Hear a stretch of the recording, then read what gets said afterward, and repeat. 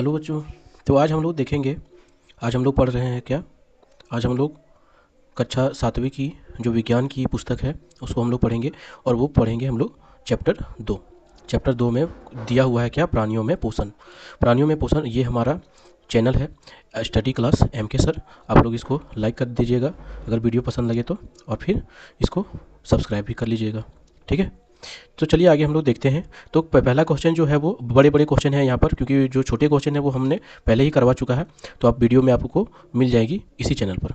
तो मनुष्य के दांतों के प्रकार एवं उनके कार्य, मतलब मनुष्य के कितने प्रकार के दांत होते हैं और उनके क्या क्या कार्य होते हैं, इसके बारे में हम लोग जानेंगे। तो यहाँ पर हमने क्या किया, एक स्लाइड जो बुक की जो स्लाइड है उसी को यहाँ पर कट करके पेस्ट कर दिया है, और इसमें आप बेहतर तरीके से समझ पाएंगे। जैसे दिया हुआ है पहला क्या, पकड़ने तथा काटने वाला दांत, ठीक है।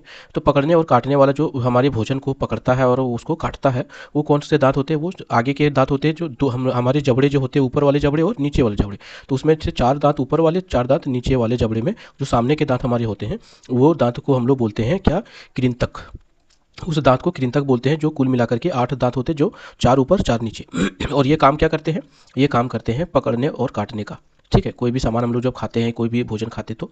दूसरा है चीरने और फाड़ने वाला। चीरने फाड़ने वाला, हमारे मुख में जो दांत होते हैं वो 2 ऊपर में होते हैं और 2 नीचे में होते हैं, ठीक है। यानी ऊपर वाले जबड़े में और नीचे वाले जबड़े में। तो कुल मिलाकर के 4 दांत हुआ, और वो दांत को हम लोग क्या बोलते हैं, रदनक, ठीक है। ये चिड़ने फाड़ने का, ये काफ़ी नुकीला होता है। आप लोग इसको देख सकते हैं अपना, मतलब 4 दांत के बगल में जो जो ऊपर जो कृंतक दांत है उनके बगल में 2 दांत होते हैं हमारे ऊपर वाले जबड़े में, और 2 दांत होते हैं हमारे नीचे वाले जबड़े में, ठीक है, इस तरीके से। और ये इसका काम होता है चिड़ना और फाड़ना भोजन को। तीसरा है क्या, चबाने एवं पीसने का काम करता है। जैसे खाने को चबाना और उस खाने को महीन करना, ठीक है, इसका काम करता है। तो वो कौन सा, तो वो हमारे यहाँ पर देख सकते हैं, वो उसके 4 दांत होते हैं, और 4 दांत ऊपर वाले जबड़े में, यानी कि नीचे वाले जबड़े में भी 4 और ऊपर वाले भी जबड़े में 4, कुल मिलाकर के ये भी दांत हो गया कितना, 8। और ये इसको नाम दिया गया है अग्र चवर्णक। अग्र चवर्णक मतलब ये आगे, ये चबाता है और ये आगे पीसता है, ठीक है। उसके बाद होता है पीछे वाले भी जो दांत होते हैं वो भी चवर्णक ही होते हैं, लेकिन इसका नाम होता है सिर्फ चवर्णक, वो हम लोग अभी देखेंगे। उसका है जैसे चबाने और कुचलने का काम करता है, यानी और भी खाने को महीन कर देता है। तो ये 6 दांत होता है नीचे वाले जबड़े में, ये 6 दांत होते हैं ऊपर वाले जबड़े में, कुल मिलाकर के 12 दांत। और ये इसका इसका नाम है चवर्णक। एक चवर्णक है, दूसरा अग्र चवर्णक, और तीसरा रदनक, और चौथा कृंतक। यही 4 प्रकार के दांत हमारे मुख में पाए जाते हैं। तो चलिए अब आगे चलते हैं अगला क्वेश्चन। अगला क्वेश्चन में देखिए, यहाँ भी दिया गया कि पाचन तंत्र का चित्र बनाएं, और चित्र बना करके समझाने के लिए तो इसको भी हमने क्या किया है, ये बुक से कट करके और डायरेक्ट आपको समझाने का यहाँ पर प्रयास करेंगे। तो सबसे पहले दिया है मुख गुहा। मुख गुहा यानी हमारा माउथ, मुंह, और मुंह से यहाँ पर चल रहा है क्या, ग्रासिका। ये देख रहे हैं आप नली, ठीक है। इसको बोलते हैं ग्रसनी। ग्रसनी मतलब ये जीवा के नीचे का जो एरिया होता है ये ग्रसनी, और उसके नीचे जो आता है वो पाइप, वो लाइन, उसको बोलते हैं ग्रासिका। और ग्रासिका के बाद फिर नीचे में यहाँ पर हम लोग देख सकते हैं हमारा यकृत है, होता है हमारा पित्ताशय, यहाँ पर आप देख सकते हैं अग्नाशय होता है, ये बड़ा सा, ये ब्लडर जैसा है, ठीक है। उसके बाद ये अग्नाशय होता है नीचे, वो ऐसे जो घुंघरीला घुंघरीला होता है। और फिर उसके बाद यह ग्रहणी, ये पाइप एक आता है नीचे जाने के लिए, भोजन को ले जाने के लिए। उसके बाद बड़ी आंत, ये बड़ा वाला पार्ट, फिर छोटी आंत, ये अंदर वाला पार्ट, ठीक है। इस प्रकार से होता है, और इसी प्रकार से खाना जो है धीरे धीरे जाता है, और अंत में जो होता है, जो नली, वो मलाशय वाला नली, उस नली से हमारा भोजन पच करके बाहर जो अपशिष्ट पदार्थ है वो आ जाता है, ठीक है।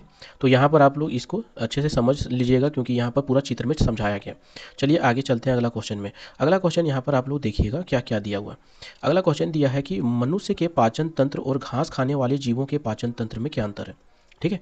तो बोला कि मनुष्य के पाचन तंत्र, हाँ, यानी हमारा पाचन तंत्र, और घास खाने वाला जीव, जैसे मान लीजिए कि गाय है, गाय घास खाती है कि नहीं, तो ये गाय के बारे में बताया गया। जो भी घास खाने वाले जीव होते हैं उसका पाचन तंत्र और मनुष्य का पाचन तंत्र में क्या अंतर है, वो अंतर यहाँ पर समझाने के लिए बोला गया। तो यहाँ पर हम लोग चलिए देखते हैं क्या अंतर है।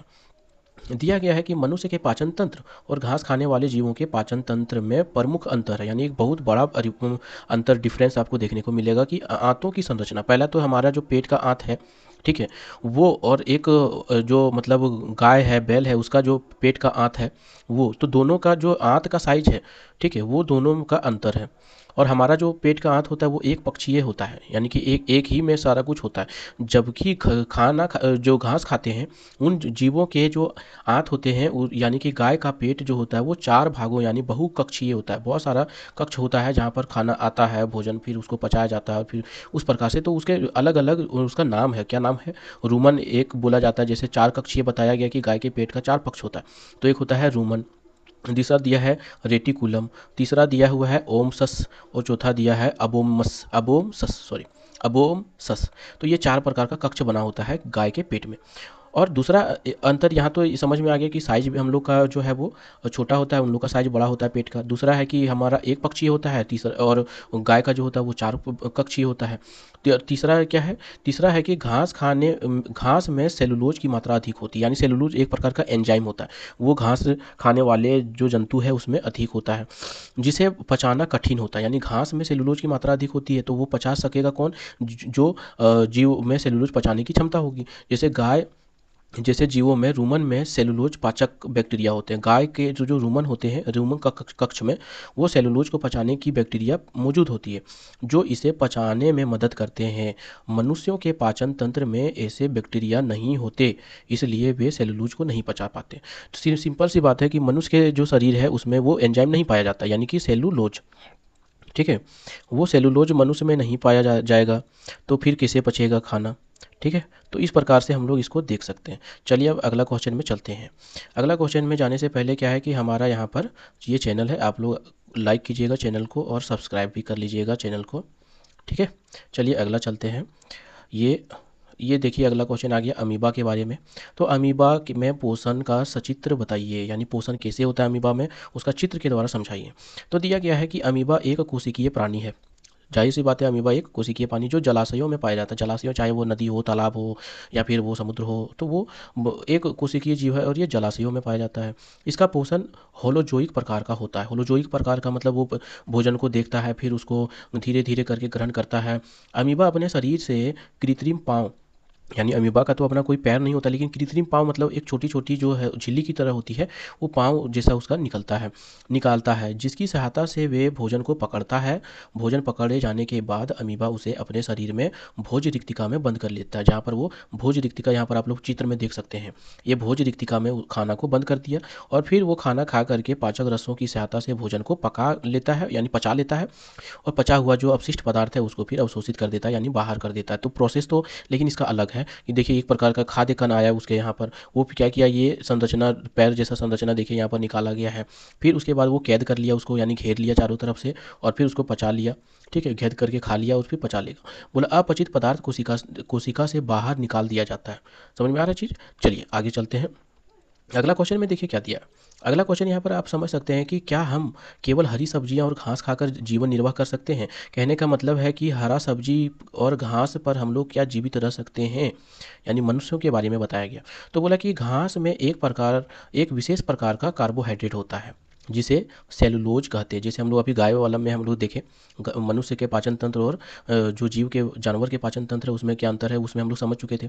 तो बोला कि घास में क्या होता है, सेलुलोज होता है, एक प्रकार का सेलुलोज क्या है, कार्बोहाइड्रेट है। तो मनुष्यों के पाचन तंत्र में सेलुलोज पचाने का एंजाइम या फिर सेलुलेज नहीं होता, इसलिए घास हमारे लिए अपाच्य है, यानी हम लोग घास को नहीं पचा सकते। ठीक है, तो ये हुआ घास का मैटर। तो घास से हम लोग जीवित नहीं रह सकते। दूसरा क्या दिया हुआ है, हरी सब्जियाँ। बोला हरी सब्जियों में विटामिन, खनिज, फाइबर तो होते हैं। बोला हरी सब्जियों में तो ये सब चीज़ें तो मिलती हैं, लेकिन इनमें से पर्याप्त मात्रा में कार्बोहाइड्रेट, प्रोटीन और वसा नहीं हो पाते। अब जैसे हमारे शरीर को क्या चाहिए, ज़्यादा से ज़्यादा मात्रा में कार्बोहाइड्रेट, प्रोटीन और वसा तो चाहिए, ये मोस्ट इंपॉर्टेंट है, लेकिन ये नहीं पूर्ण रूप से मिल पाता है जो शरीर को ऊर्जा दे या फिर वृद्धि के लिए चाहिए। सिर्फ हरी सब्जियां खाने से शरीर को पूरी कैलोरी नहीं मिल पाती है, शरीर को पूरा पोषण नहीं मिल पाता है, पोषक तत्व तो नहीं मिल पाएंगे। ठीक है, चलिए अब हम लोग चलते हैं और आप लोगों को अगर वीडियो अच्छा लगे तो आप लोग लाइक कीजिएगा।